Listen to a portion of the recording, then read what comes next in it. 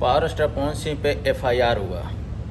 उस एफआईआर के बारे में हम बात करने वाले हैं कि क्या उस एफआईआर में पावर स्टार पवन सिंह कितने दोषी हैं, पावर स्टार पवन सिंह को फंसाया जा रहा है या पावर स्टार पवन सिंह सच में वो पैसा लिए हैं। तो चलिए हम आज आपको एक एक पॉइंट करके बताते हैं। आपको पता होगा कि कुछ समय पहले से पावर स्टार पवन सिंह के कुछ टीम मेंबर में आपस में नहीं बनने की वजह से अलग अलग हो गए सब। जैसे उनका पहले का मैनेजर दीपक सिंह, फिर विक्की सिंह, फिर उनका साला जो हमेशा साथ में रहता था। तो ये सब जो पुराने उनके टीम मेंबर थे वो सब अलग हो गए।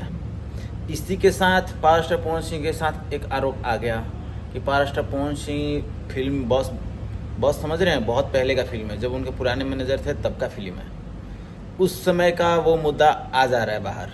बॉस फिल्म आ गया, बॉस फिल्म चल गया, बॉस फिल्म का कमाई हो गया, ख़त्म हो गया। सब कुछ ख़त्म होने के बाद आज पावर स्टार पवन सिंह पर एक आरोप लगता है कि वो 1 करोड़ रुपया, मतलब लगभग 1.5 करोड़ रुपया का मतलब ठगी किया है।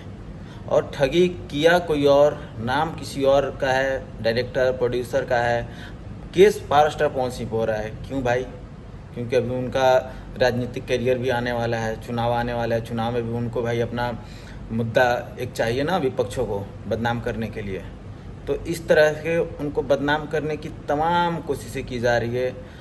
पावर स्टार पवन सिंह एक ऐसे इकलौते इंसान है भोजपुरी इंडस्ट्री में कि जिसको भी अपना नाम चमकाना है, अपना करियर बनाना है, तो पावर स्टार पवन सिंह के चाहे अच्छाई या बुराई, किसी तरह पावर स्टार पवन सिंह के नाम के साथ जुड़ जाओ, ऑटोमेटिक आप बड़े हो जाओगे, स्टार बन जाओगे।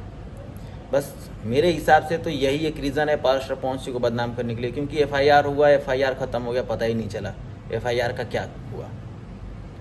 तो बस यही एक छोटा सा मुद्दा था, मैं सोचा आप लोग के बीच में रखूं। आप लोग अपना कमेंट बॉक्स में राय ज़रूर दें कि इसमें कितना सच्चाई है। क्या पावर स्टार पवन सिंह को बदनाम करने के लिए ये सब साजिशें रची गई हैं? क्या पावर स्टार पवन सिंह सच में इन सभी चीज़ों में दोषी हैं? अगर हैं तो भी कमेंट कीजिए, नहीं है तो भी कमेंट कीजिए। मिलते हैं तब तक के लिए नेक्स्ट वीडियो में।